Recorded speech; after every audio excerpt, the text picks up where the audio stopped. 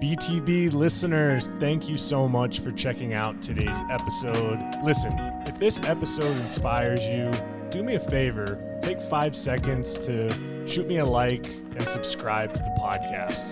There are several more exciting guests that are in the pipeline, and I just can't thank you enough for your continued support, and let's keep paying the mission forward. It's easy to become fully present. Resist the urge to talk. Listen with empathy, curiosity, and intention. Be intentional in these conversations that you're having by listening first and speaking second. You'll not only hear more, but you'll connect more deeply with the people that you want to get to know, with the people that you love the most, and more importantly, with the people that are just desperately wanting from you an opportunity to be heard. Don't be afraid of the dark. Be careful with stars. Not every light is gonna guide you. Welcome to the BTB Project, designed to empower listeners to identify their why and to live their best lives no matter the circumstances. My name is Kollman Gearhart, a former athlete and motivational coach. I've had the opportunity to inspire thousands through my story and help accomplish what they are built to be. You'll be encouraged by each and every episode, and let's get into it. Yeah, when I blow up, I'ma soar high like Peter Pan. In real life, be living out my dreams. If I'm waking up, it's in a foreign land. In today's BTB short, we're going to dive into a communication must-have. And when you think of communication, you always think about what you're saying rather than what you're listening to in a conversation. And I want to challenge you today as a listener with just a very simple but powerful question. When was the last time you felt truly heard in your life? Think about that for a moment. The connection, the understanding, the trust is created with somebody. When is the last time you truly felt heard? Now, I want you to compare that to a time when you felt ignored or misunderstood, when you have been talking for minutes upon minutes or hours upon hours, and the person that you're communicating with doesn't even seem to be very interested. The difference is stark, isn't it? But we're going to dive deep into one of the most important things you can do with your communication, and that's active listening. I have deep understanding of this based off of my background as a coach, my background as a business and sales professional, and I've had to tap into this practice more than I could have ever imagined, but I didn't realize the power of active listening. And it's our ability to listen that actually makes us great communicators. Ultimately, what is being a good listener or a real listener? Most people hear, but few truly listen. Hearing is passive. Listening is active. It takes focus, it takes empathy and intention.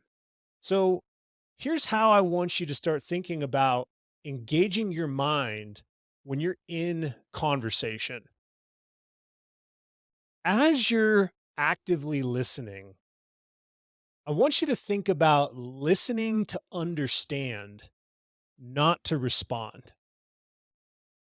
How many times have you been in a conversation where it's, yep, I understand, yep. And you're basically just, you think, affirming that you're hearing everything that someone's telling you, but maybe you're distracted by the noises around you in the conversation. Maybe you're at a coffee shop that has a lot of distractions around and you're looking at the person checking out, the double latte, extra caffeine, extra milk, light syrup, some crazy order, right? And that becomes the distraction rather than truly listening to understand. Instead of thinking about what you're going to say next or not actively listening to what the other person's telling you, really try to absorb the other person's words and what they mean. Try this for me. When someone is speaking, pause before replying. Everybody gets freaked out by silence or that awkward pause. But I'm telling you right now that pausing, especially from what I've seen in my professional life, is one of the most powerful things you can do because it puts you in a situation where you're telling the person that you're with that you're comfortable in the silence, that you're comfortable and patient enough to wait for them to finish with what they're saying, that you're actively listening enough that you want to understand them and not immediately respond. But as you take that little bit of time, that silence, you're actually reflecting briefly to show someone that you care about their perspective. Caring about their perspective doesn't mean that you have to respond and affirm it. It just means that you have to listen to it and absorb it. Be intentional about those pauses. Listen to understand and not respond. Next, ask questions that deepen dialogue. Have you ever been with someone that just goes off on these unbelievable tangents? They're talking at you, but they're not talking with you. Listen, as a coach, I've been guilty of this sometimes. Sometimes I want to attract and capture an audience with what I'm saying so bad that I'll just continue these run on sentences without engaging the people that I'm trying to talk to. Asking questions to deepen dialogue is one of the most powerful things that I've come across. Because when you ask a question, it actually forces you to become an active listener. For instance, this podcast, the BTB Project, what are you built to be? What are you built to be is an open ended question that's very intentional on my behalf because I want people to understand that I want to hear what they're built to be. And I'm going to actively listen to those goals, dreams, ambitions, desires. And I'm going to ask a question like that because I want to skip the surface level responses. I'm not going to sit here and ask yes, no questions or what you had for breakfast this morning. I want to be able to ask questions that are interesting. And you, as the listener, think about that. How many times have you really engaged in open ended questions? One of the most powerful questions that you can ask when you're in a conversation that might have some conflict and you're trying to understand where that person's perspective is coming from. Instead of responding to them with your thoughts about what they're saying that's caused the conflict, what if you ask them the question, what led you to that conclusion? That is a thought provoking question that makes them start turning the wheels a little bit upstairs. And actually, 9 times out of 10, when you're in that type of situation, people are actually going to appreciate that type of open-ended question because it shows that you're engaged enough in the conversation that you're willing to deepen the dialogue, to hear them out, to uncover, unmask where that frustration lies, where they're coming from. Open-ended questions ultimately invite richer conversations. So think about 2, 3, or 4 open-ended questions that you can take into your next conversation. I've already given you one of mine. What are you built to be? What are you built to become? That conversation has been something that has just led to such amazing storytelling where I've been able to actively listen. And more often than not, the people that I interview on this podcast, I end up learning from them more than anything that I've ever learned from myself. They've taught me a lot of amazing attributes that I can instill in my life because the open-ended question caused enough curiosity in the conversation for them to deepen the dialogue. And I challenge you as the listener to do the same. Next, when you're thinking about active listening or real listening, silence your inner voice. Don't hijack a discussion with your own stories. Again, this is another tough one for me because a lot of people, especially as a coach, seek my mentorship. They want to know my story. They want to know my why and how I was able to accomplish what I've accomplished, or they're asking that question because they want to accomplish something similarly. And it's really important that as you're a real listener, that you're making that conversation about them. Resist the urge to shift the focus onto yourself. And as you're listening to the person that seeking help, seeking knowledge, empathize with that person before giving any advice. Say something like, "Would you like me to listen or help solve the problem?"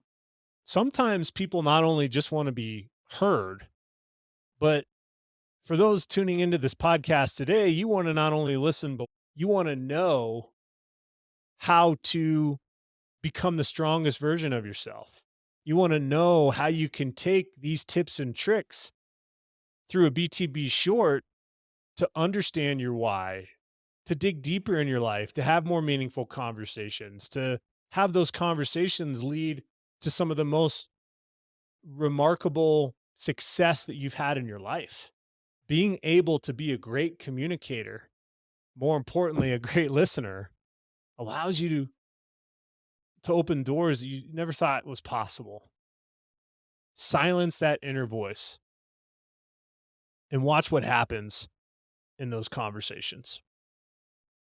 With that, we got to also understand that we got to avoid some of the pitfalls of poor listening.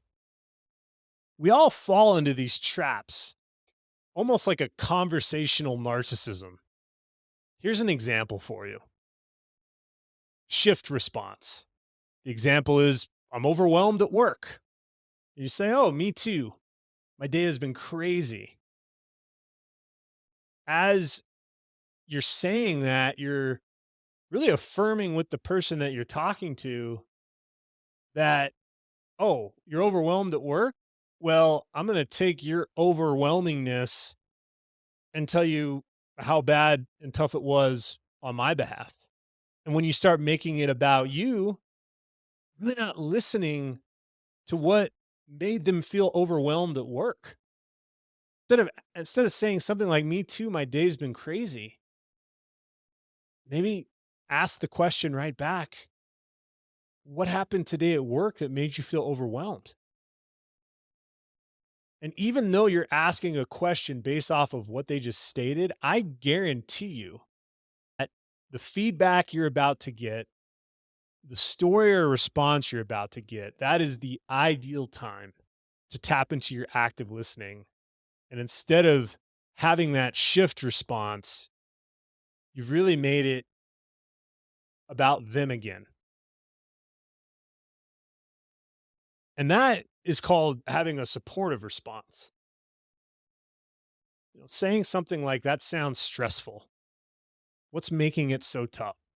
Being able to know the difference between shift response and supportive response has profound impacts on your communication style, your skills, how you're helping others, how you're actively listening, and how you're continuing to climb the ladder in life. Supportive responses build connection. It builds rapport and trust with people that you're talking to.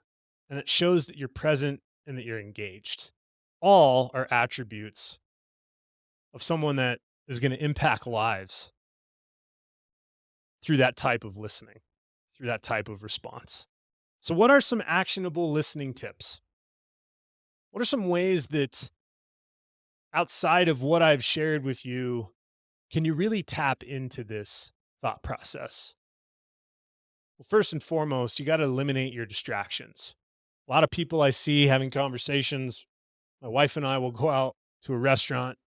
We're sitting down and you look around and you see how many people that are on their phones while they're at a restaurant. Maybe they're with their significant other as well, or on a date or with their family. See kids with giant earphones on, plugged into their iPads and not engaged. When you're having these types of conversations, put your phone away. Make eye contact with the people that you're talking to. Be incredibly intentional that you're there for them. Number two is reflect back on what you heard. If I underwrite, you were saying it's okay to repeat back what they just said to you because that affirms that they're actively engaged in a conversation. Three is stay curious. Ask questions like, how did it make you feel?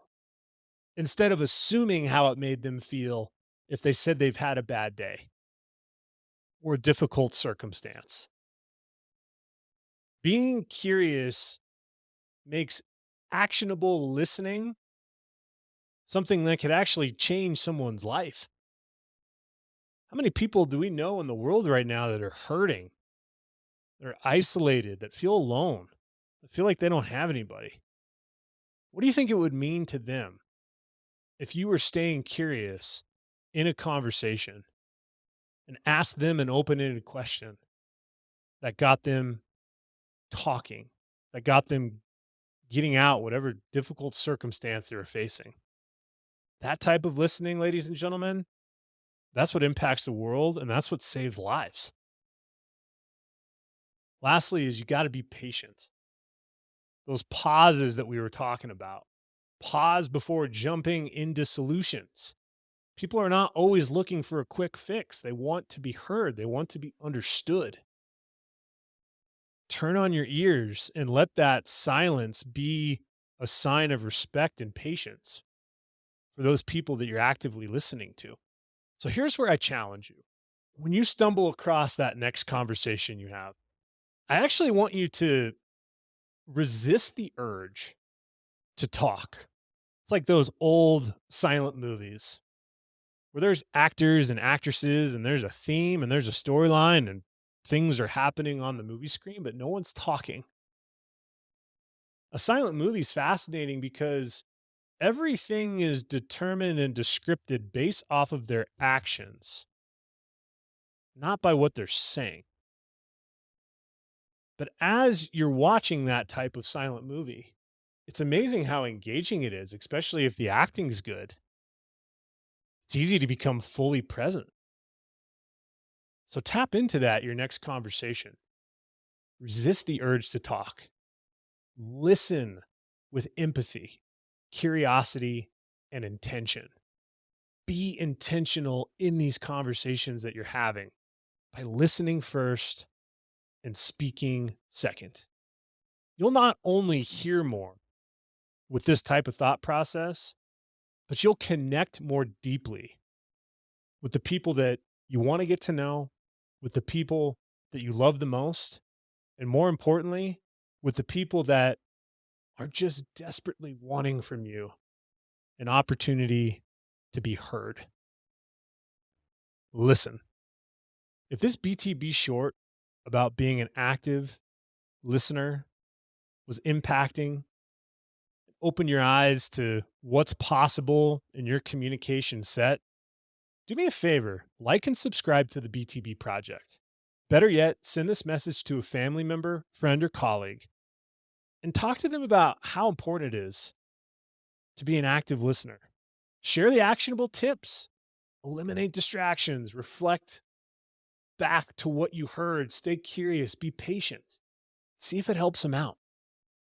It's this BTB community coming together and continuing to just become 1% better each and every day is what makes the power of this podcast so impactful. As always, I'm proud of each and every one of you. And until next time, take care.